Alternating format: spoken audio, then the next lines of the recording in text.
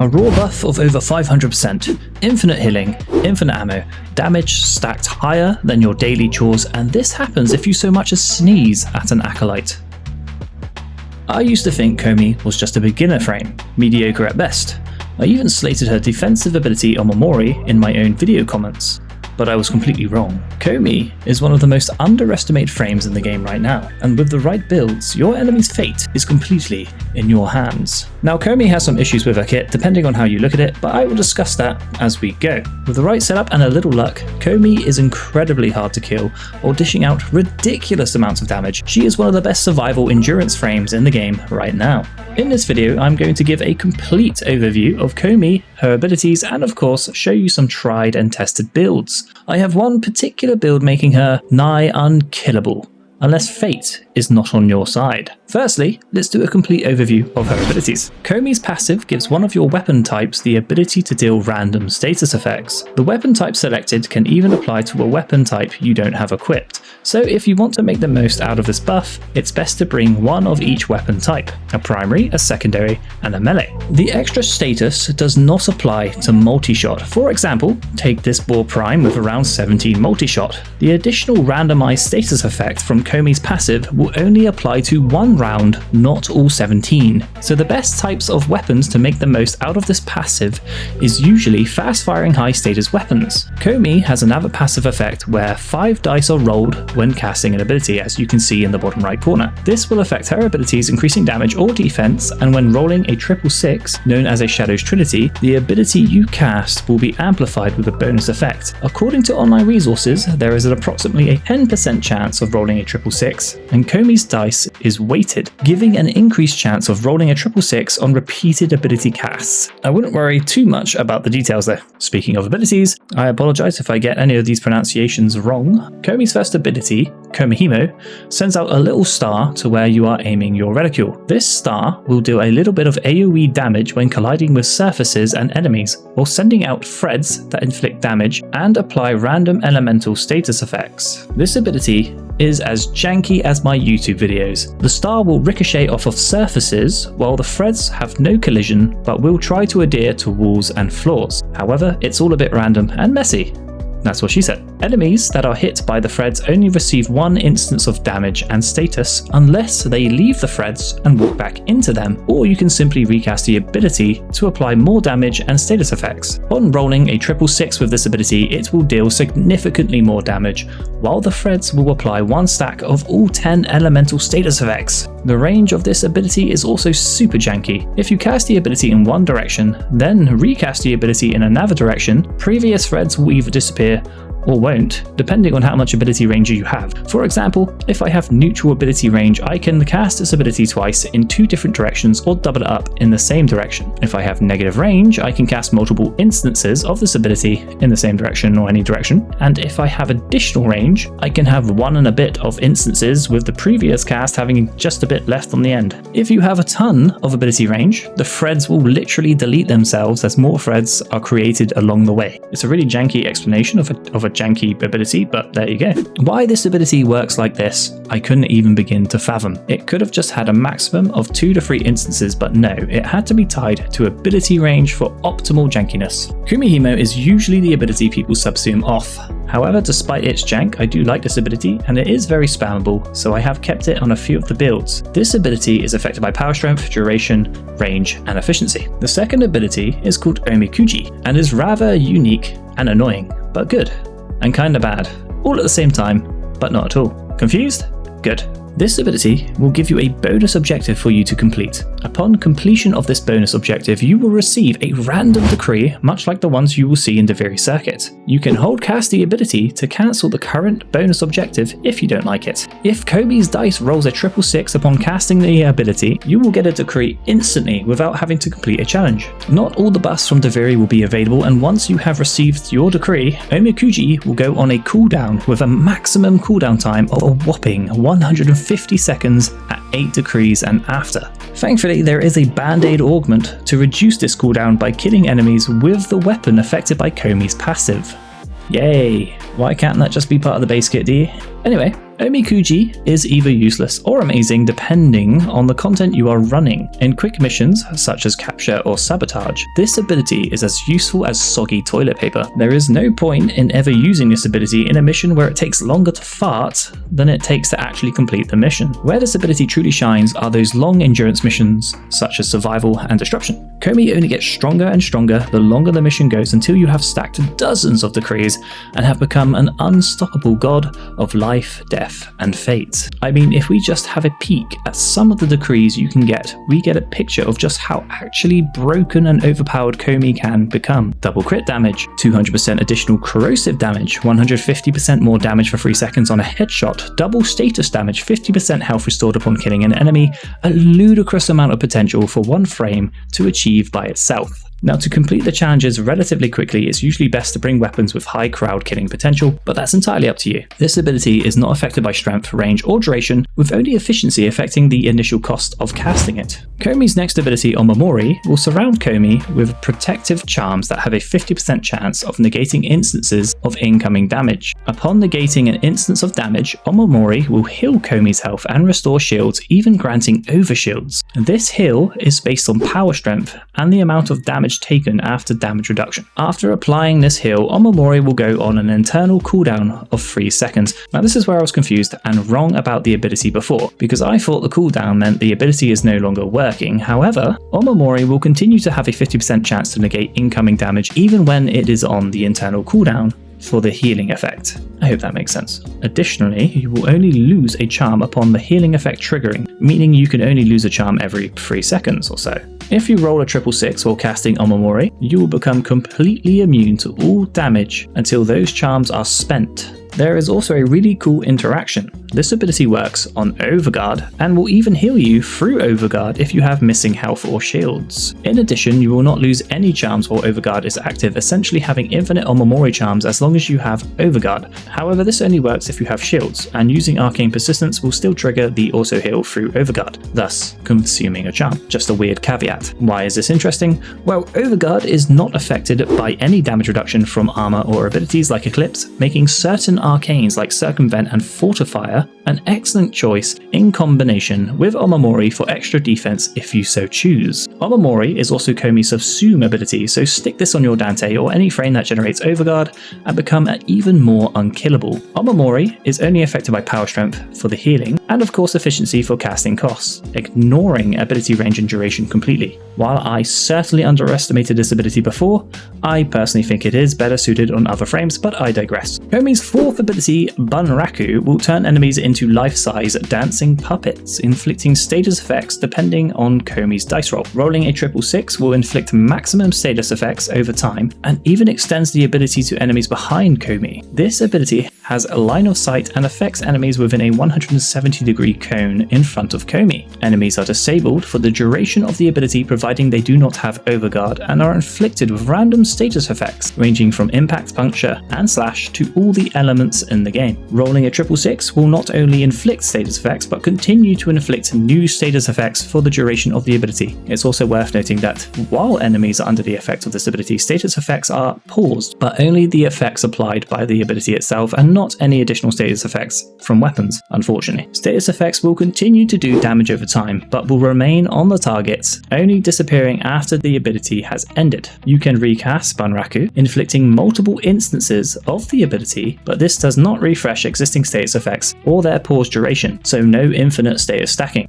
unfortunately. The ability also goes on a 3-second cooldown after use because no fun allowed. Enemies are also open to finishes, but it's kinda janky, so good luck with that. Bunraku is affected by power strength, duration, range, and efficiency. It's a decent ability and it has a very healthy base range. Not the fastest killing nuke, but combined with abilities like Raw, it's worth modding for in my opinion. Now, this frame was pitched by DE as an early game frame for new players to get their hands on, and it even has a 24-hour build time instead of the traditional 3-day build time we are used to. This is so new players can pick Koumei up and play. What makes Koumei accessible to new players, I think, is that she doesn't necessarily need a lot of modded stats to work well. 2 of her abilities straight up don't use range or duration. Her first ability is usually the Subsume slot, and her fourth is a fairly accessible early game nuke with a really fantastic base range of 30 meters. On top of all that, her whole gimmick, other than having a crippling gambling addiction, is applying status effects. And what frame can we get early on to subsume that double dip's status effects? That's right, Rhino and his raw ability. So it's pretty all very tailored towards new players. So with all that out of the way, let's talk about building Koumei. And because she is more so intended for new players, I'm going to start with a more new player friendly build without all the bells and whistles, then move on to, well... but we'll get into that. I tend to switch focus schools as needed with Koumei, but because I'm not using Prime Sure-Footed, I do like Yunaru for knockdown immunity with Poise. Keep in mind there is a decree you can get from Koumei's second ability that can give you knockdown immunity as well. Now, by the time you get to Steel Path, you will likely have much better mods and weapons than I'm going to show, but I'm just going to heavily gimp myself anyway to show newer players how strong Koumei can be. This is the build I'm using in the Steel Path footage you are seeing, and it's all very basic stuff, with the exception of Vigilante Vigor, which you can obtain from Cetus bounties, and Fortitude, which can be obtained from Nightmare missions, so not too difficult to get. Ignore the additional shields and power strength as they are coming from Archon shards I have equipped. The aura can be whatever you can fit in there, but if you can get Steel Charge from either normal Deviri Circuit or the Nightwave store, it will give you a nice boost to your mod capacity. Then it's just energy efficiency and survival mods. You likely won't need as much Forma as I have here, as I do have 22 remaining mod capacity. You don't need range or duration or even power strength really. As you can see in the gameplay, surviving with this low investment build is fairly cozy. I'm using a bog standard Taxon with some shield support mods and not much else. The Sentinel weapon is whatever. The weapons I'm using are low mastery rank weapons with the Ignis at mastery rank 5, Nucor at mastery rank 4, and the Zorus at mastery rank 4, and I have completely gimped my damage with no arcanes or fancy mods whatsoever. Now the Zorus is a very special weapon that you get for free by completing the Deadlock Protocol quest, and it's amazing that a mastery rank 4 player can even get a weapon like this so early. The Zorus build is pretty standard except for maybe Corrupt Charge, which can be obtained from Orokin Vaults. Volatile Quick Return is acquired from certain enemies on the Cambion Drift on Danos. It's well worth dropping Forma on the Zorus, and it makes short work of Acolytes. Easy GG. Now if you are running short missions, Omikuji is not going to be much use. However, if you are a survivor enjoyer, this is where the ability really shines. If you can get the augment for the ability, it's worth it, and you can replace vitality on this build. For the purpose of crippling myself, however, I've chosen not to do that. Now, if you're lucky, you can get some very nice decrees to buff Koumei early on. We're looking for energy sustain, damage, and survivability decrees to help fill in some of that missing potential this setup simply lacks. There you have it, 20 minutes in Steel Path with this heavily self-nerfed setup, thanks to some lucky decrees. I just want to show the companion build I will be using from here on out in this video. It's the usual stuff I've used on many of my previous videos, and you can switch things up as you see fit. Dog, cat, it's all groovy. However, it is worth noting Daegisbon and the mecha set, as they do spread status effects. This synergizes very well with Koumei, being that she is a walking primer, so enjoy that. The weapon builds are the same across all of these builds. Again, focusing on making use of Koumei's passive with fast-firing, high-status chance weapons. Here's the Amprex using Primary Debilitate, which will give us Viral, Electric, Cold, and Toxin. Primary Crux is also a very good option here. The Furious Incarnon for deleting Acolytes. I also have a pretty decent Riven for it. What? You don't? That's too bad. Then I've gone with the Kestrel Prime for some very easy challenge clears from Omikuji. Killing enemies midair has never been easier. For Archon shards, it's really down to personal preference, but I have 2 blues for shields, or armor, more on that later, 2 reds for power strength, and 1 yellow for casting speed. The first advanced build completely throws away Omikuji, subsuming over it. Cooldowns on abilities? No thank you. Instead, we will be utilizing Pillage for offense and defense all in one neat little package. We will also be utilizing Arcane Circumvent, which steals enemy defenses including Overguard, allowing Koumei's Omamori charms to add an extra layer of defense to our Overguard. I really like this playstyle, and it's just a fantastic, well-rounded build for Koumei for missions where Omikuji is less useful, or if you just hate how Omikuji functions. Looking closer at the build, I have Preparation in the Excellent slot for energy at the start of the mission. It's a quality of life pick, and I'm not too worried about knockdowns as I'm either using Yunaru Focus School or I have Overguard from Arcane Circumvent. Overguard, of course, making you completely immune to all status effects, including knockdown. I'm using Arcane Impetus.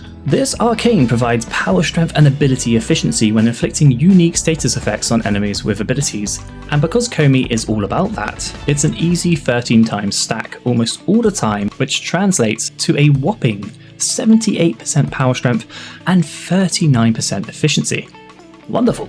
Then I'm slapping on even more power strength to increase the damage of my abilities and get Pillage closer to a 100% defense strip in one cast, which requires 400% power strength, easily obtainable thanks to impetus. We lose some duration to transient fortitude, but that has a slight benefit in that Pillage's pulse will return to us quicker without having to manually cast the ability again. Then some range with stretch, equilibrium in combination with our companion equipped with synth deconstruct for energy sustain. Don't forget, impetus is also giving us efficiency as well. Primed redirection for shields to give a longer shield gate of around 2.4 seconds. Then a free mod slot here for whatever you want. I'm opting for either adaptation or Boreal's hatred. The aura is also completely optional. I like either growing power or summoner's wrath. So with Pillage giving you full overshields on demand and Omamori with overguard from Arcane Circumvent, you are very, very hard to kill with this build, while also keeping a strong offense, stripping enemy defenses and priming them with Koumei's abilities to destroy them with her weapons.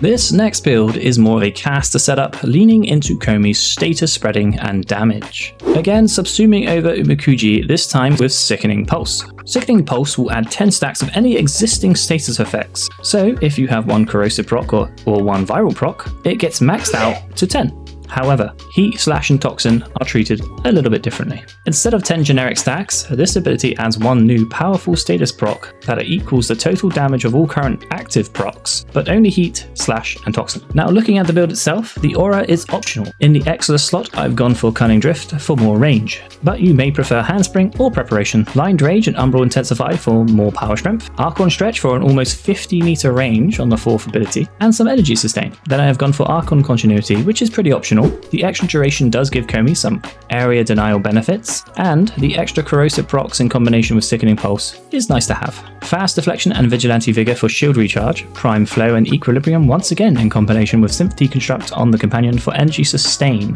Finally, the Arcanes I'm going with are Arcane Circumvent to take advantage of the synergy with Omamori once again, and of course Impetus once again for the extra 78% power strength and 39% efficiency. Let's take a look at what this setup does in combination with a companion equipped with Contagious Bond. Not bad.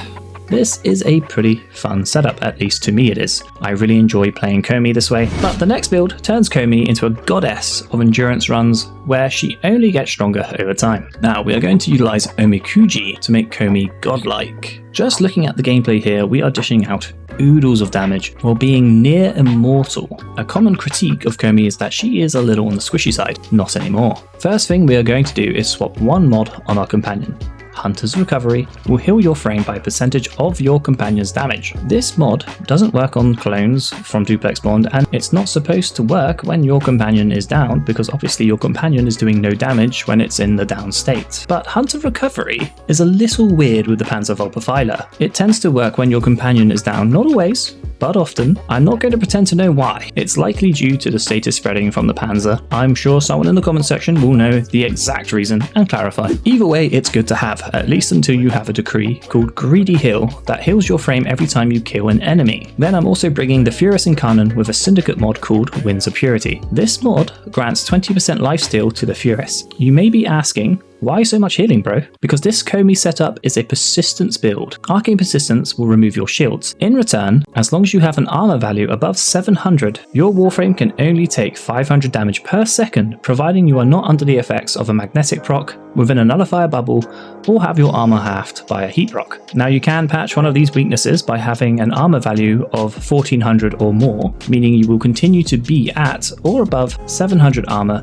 in the event your armor is halved by heat proc. Remember when I talked about Archon shards earlier? Well, you can swap the shield ones off for armor if you want to have that initial protection. However, there are a few decrees from Koumei that give armor, so I'm not too worried. To accompany persistence, I will be using Arcane Blessing, which increases max health every time we pick up a health orb. Very easy to do with Synth Deconstruct. This will give Koumei around 2000 HP or 4 seconds of health gating before she dies. We have a lot of healing to prevent that, not to mention Omamori, which can not only prevent damage altogether but provide a heal every 3 seconds. This makes Koumei exceedingly hard to kill unless you are very, very unlucky or just really early into the mission. I'm using 2 Umbral mods, Fiber and Intensify, for an armor increase to activate persistence and for more power strength.